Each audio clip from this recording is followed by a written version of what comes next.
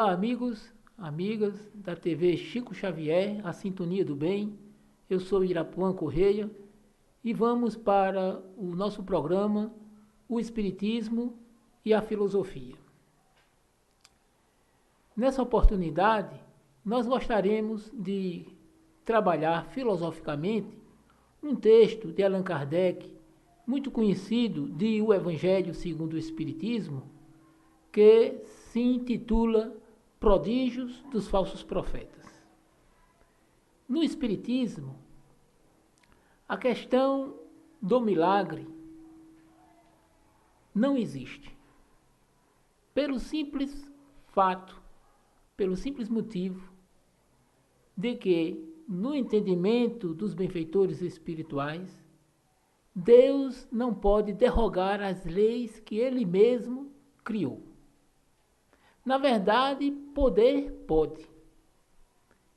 Mas, se Deus agisse dessa maneira, seria como dizer que, no princípio da criação, Ele tivesse feito algo que, no decorrer dos séculos, viesse a se arrepender e, nessa perspectiva, tivesse que sacar mão de um expediente extraordinário como sendo o milagre. Antes de aprofundarmos esta questão, gostaríamos de fundamentar o fato de que a doutrina dos espíritos, no seu aspecto filosófico, trabalha a questão de Deus. Há quem diga que, por conta disso, o Espiritismo seja mais propriamente uma teologia do que propriamente uma filosofia. Ora, Deus, a questão Deus, não é a partir do Espiritismo, mas desde antes vem sendo trabalhado pela filosofia, a exemplo de Leibniz, cuja sua temporalidade é de 1646 a 1716. Esse filósofo alemão, só para termos uma ideia, trabalhava a questão de Deus, e há um texto muito significativo de sua filosofia, no livro Discurso da Metafísica, que ele lança a seguinte questão: é possível que Deus pudesse ter feito algo melhor?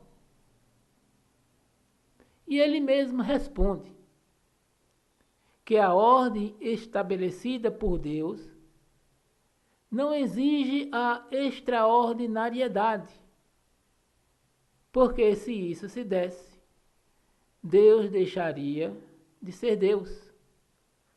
De maneira que, desde o princípio, desde o momento, se assim podemos nos expressar, por falta de uma expressão melhor, desde o momento em que Deus resolveu criar, criou tudo da forma mais perfeita possível, sem a mínima necessidade de retoques, de emendas, de um milagre, de algo que viesse a derrogar as suas leis.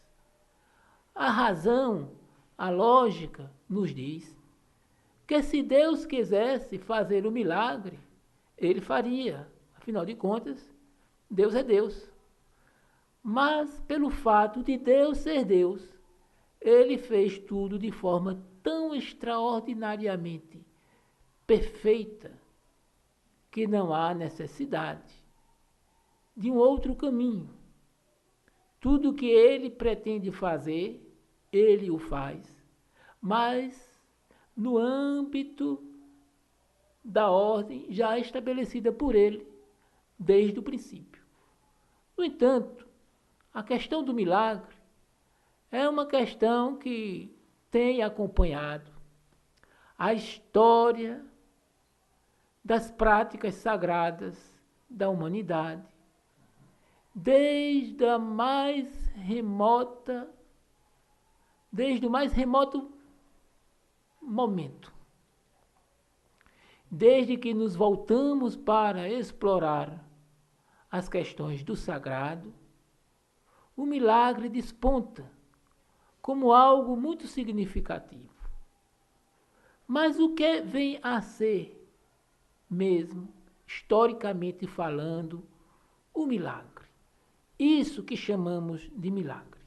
Ora, Allan Kardec, os benfeitores espirituais, em vários momentos da obra espírita, seja em O Livro dos Espíritos, O Livro dos Médiuns, Céu e Inferno, a Gênese, nos apresenta o milagre como nada mais, nada menos do que aquele fenômeno que se dá por força das leis naturais, mas por leis naturais até então desconhecidas, e que por conta disso aquele fenômeno é encarado como ser um milagre.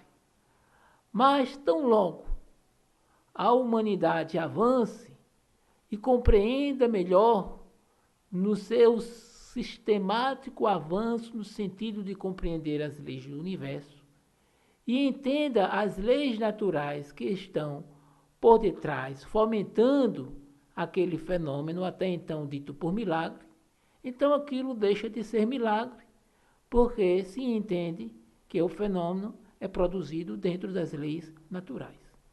Como nós não temos a pretensão de conhecer todas as leis da natureza, então, de forma simplificada, de forma simplista, dizemos que tal fato é um milagre, mas a rigor são fenômenos naturais respaldados nas leis de Deus que ele criou no momento em que resolveu criar o universo, criar a vida, como se diz, desde o momento em que ele disse faça-se a luz, em conformidade com a expressão de nossos textos sagrados.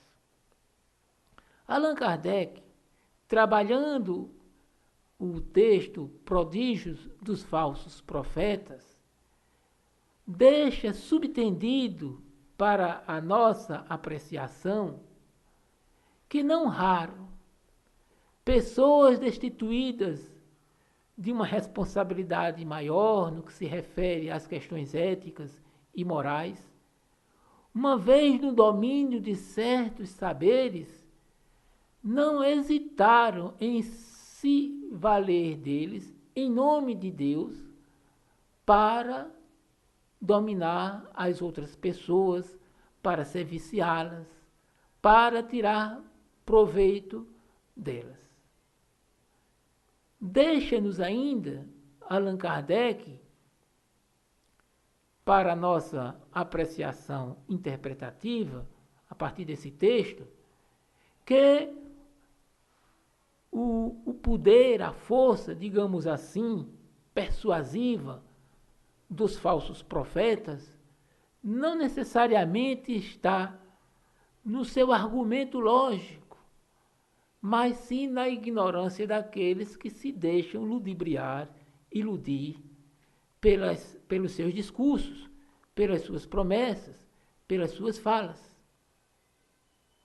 De maneira que, se nós queremos nos imunizar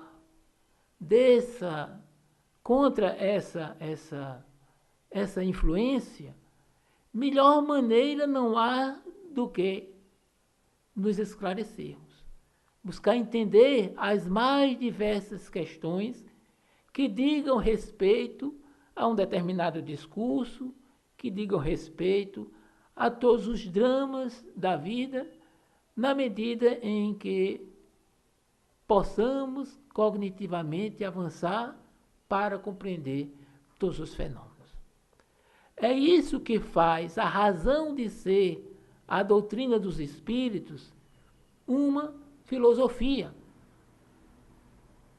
Como sabemos, o movimento espírita concluiu a partir das reflexões dos textos de Allan Kardec que a doutrina dos espíritos se apresenta em três aspectos: o aspecto científico, o aspecto filosófico e o aspecto religioso. A bem da verdade, Allan Kardec, de forma extremamente coerente, explorou uma série de textos bem fundamentados, racionalmente bem trabalhados, os dois aspectos de que faz menção o movimento espírita, como sendo o científico e o filosófico. E deixou o aspecto religioso, propriamente dito, como uma consequência ética desses dois inicialmente postulados e bem fundamentados nas obras espíritas. O aspecto ético da doutrina dos espíritos, que é visto como um aspecto religioso, se prescindisse do aspecto científico e filosófico, em nada diferenciaria a doutrina dos espíritos, enquanto filosofia religiosa, das demais escolas religiosas, das demais filosofias religiosas.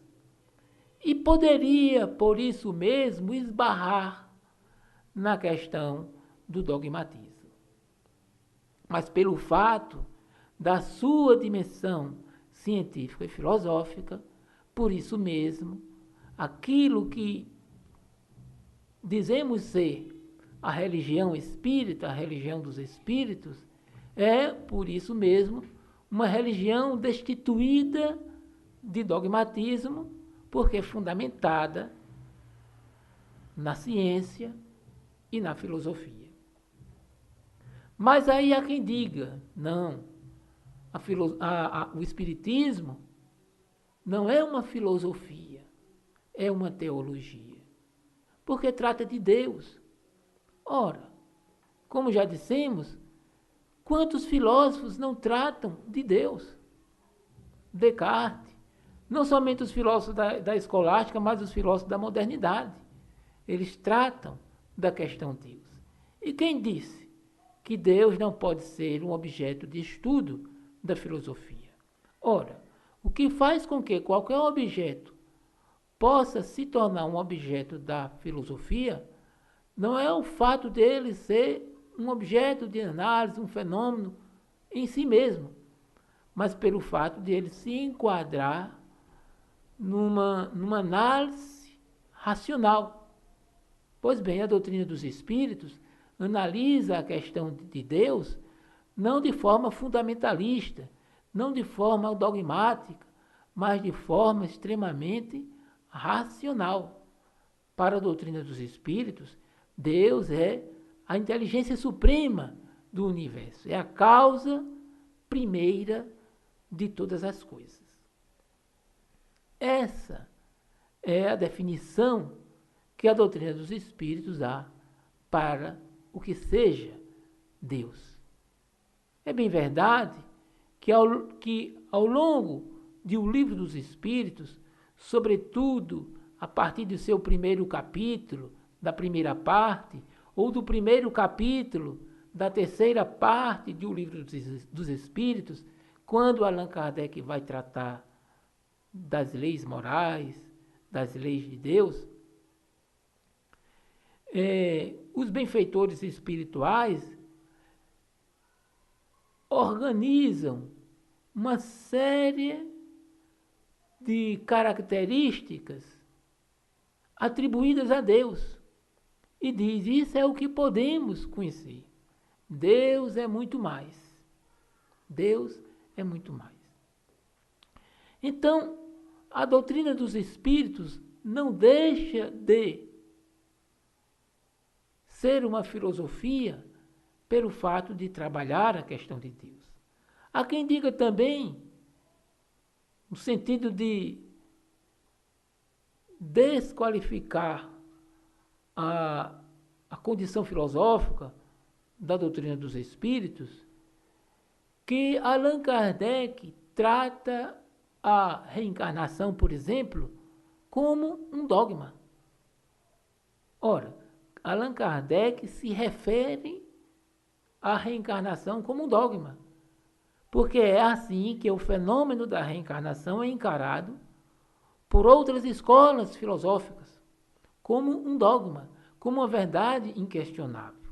Assim como a questão de Deus, a questão da reencarnação na doutrina dos espíritos se dá no aspecto de um trabalho de raciocínio, de questionamentos, um trabalho de especulação filosófica também.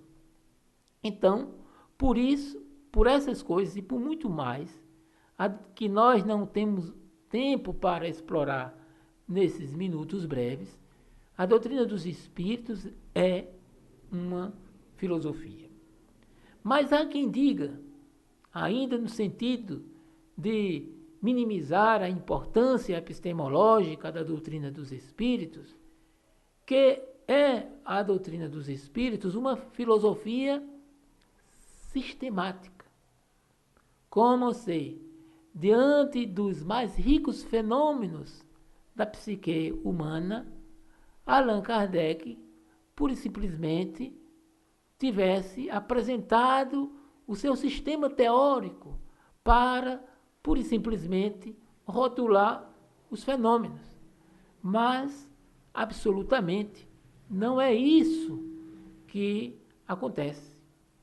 A doutrina dos espíritos é uma doutrina sistemática, é uma doutrina sistematizada, mas não uma doutrina sistemática no sentido daquelas que valorizam o espírito de sistema, que para inviabilizar uma tese, por exemplo, sem um mínimo respaldo científico experimental, apresenta o seu próprio sistema. Ora, Allan Kardec deixa muito claro em O Livro dos Espíritos, sobretudo em O Livro dos Médiuns, melhor dizendo, sobretudo em sua primeira parte, quando trabalha a questão do método e do sistema, que ele partiu dos fatos e não da teoria. Que primeiro ele observou os fenômenos. E nesse sentido ele é um dos pioneiros das ciências psíquicas. Ele primeiro observou os fenômenos e dos fenômenos deduziu racionalmente uma teoria, uma tese, a tese espírita, de que os fenômenos de caráter mediúnico, de caráter anímico, são produzidos pelo espírito humano.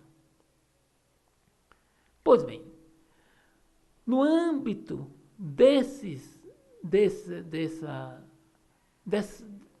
dessa série de questões filosóficas, Allan Kardec trata a questão dos falsos profetas, dos prodígios dos falsos profetas,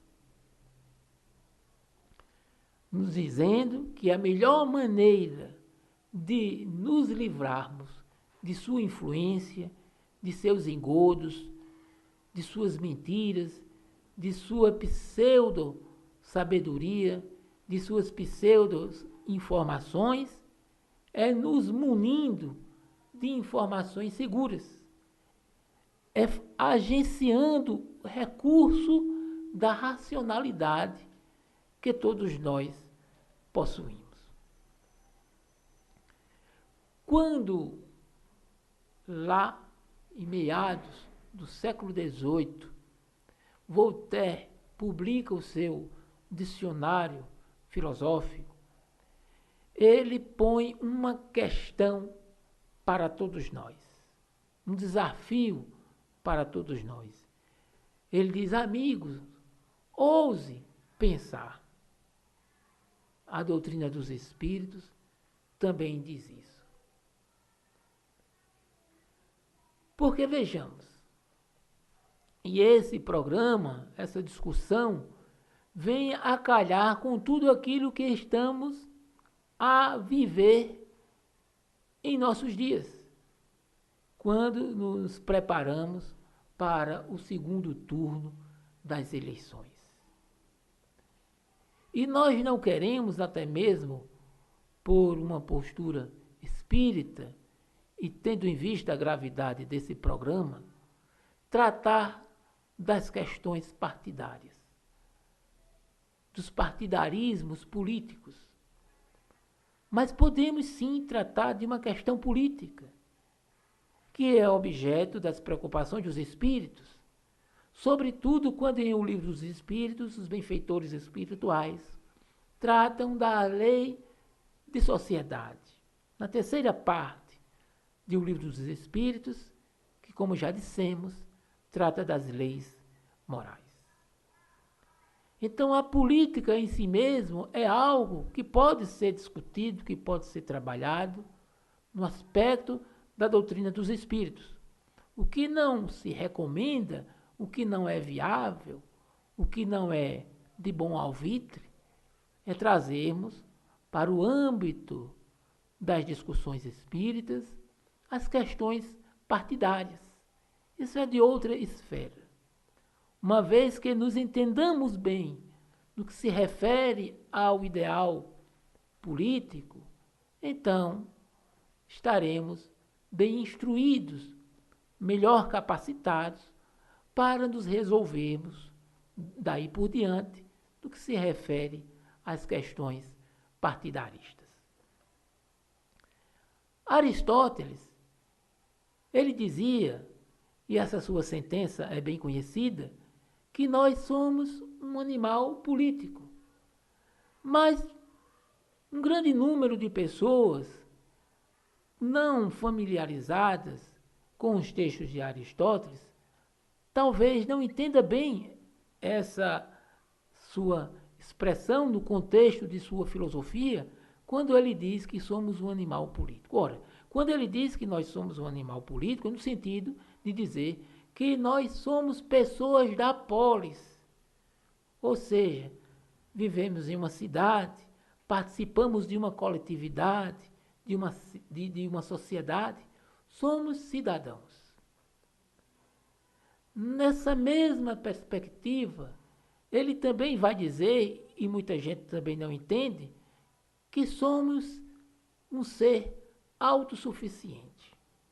Será então que ele está fazendo apologia ao egoísmo? Será que ele está levantando a bandeira da não solidariedade? Nenhuma coisa nem outra. Quando ele diz que nós somos um ser autossuficiente, logo depois de dizer que somos um animal político, é porque o que ele, a rigor, quer dizer é que em sociedade nós nos completamos no outro. A mesma coisa que os benfeitores espirituais, diz Allan Kardec, quando em resposta à sua pergunta, diz: Deus não nos deu os órgãos dos sentidos para uma vida isolada, mas para vivermos em sociedade. No sentido de que aquilo que nos falta, podemos encontrar no outro, e desta forma, enquanto ser da polis, enquanto animal político, é com o outro que nos completamos.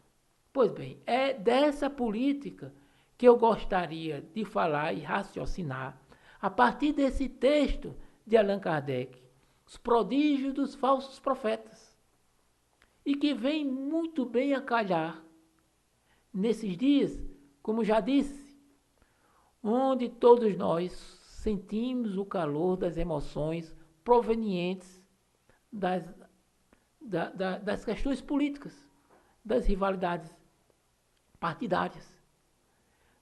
Muitas pessoas se utilizam hoje, inadvertidamente, de um expediente que se constitui em motivo de preocupação para muitos cientistas sociais, que é a questão dos chamados fake news, ou seja, das mentiras.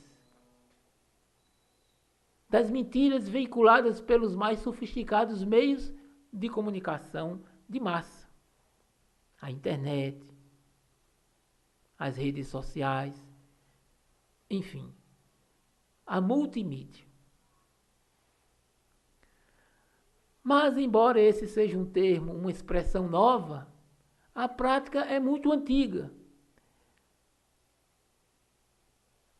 Até onde temos registro da história, desde da Grécia antiga, da Grécia clássica, berço dos ideais políticos e filosóficos, a mentira era uma constante. Na Idade Média, uma verdadeira episteme se deu sobre as mentiras.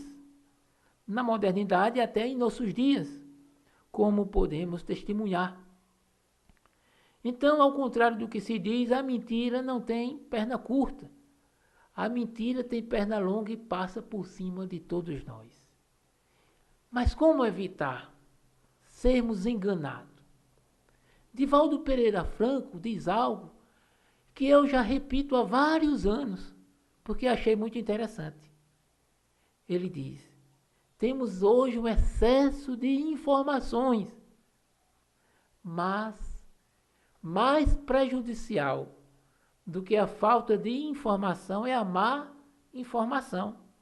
A que temos hoje. Então, como vencer esse prodígio dos falsos profetas? Nos instruindo, buscando saber mais. Quem minimamente conhece a história do Brasil, minimamente estará mais capacitado para escolher aquele que, daqui uns dias, poderá nos representar. Ou melhor dizendo, aqueles que daqui a alguns dias poderá nos representar. É bem verdade, e todos nós sabemos,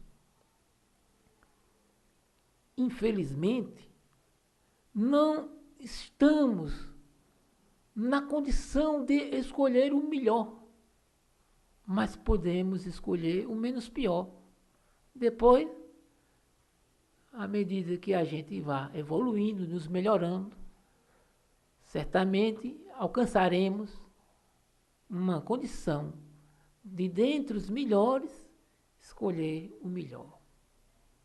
Mas, na realidade do planeta em que vivemos, na realidade da sociedade brasileira, que chegou aonde chegou, infelizmente por nossa culpa, podemos escolher o menos pior. Isso se deve a nós mesmos. Chegamos a essa condição por conta de nós mesmos. As pessoas se encontram num tal estado de superficialidade que não conseguem ver as coisas com mais profundidade. Mas se nós desejamos ver as coisas com mais profundidade, outro caminho não há senão buscarmos nos instruir, ler mais, refletir mais, analisar mais as questões. Tudo isso faz parte do nosso viver e tudo isso se constitui no nosso esforço particular como um ser da polis, como um cidadão. Se nós nos instruirmos mais, se não agora, mas nas eleições do futuro, poderemos estarmos melhores preparados para escolher melhor. Então, gostaríamos de finalizar nossa fala neste momento, desejando a cada um de nós a força necessária para nos dedicarmos às reflexões, aos estudos da doutrina dos Espíritos, mas não somente da doutrina dos Espíritos em si, de tudo aquilo que diga respeito as questões da vida. Muita paz.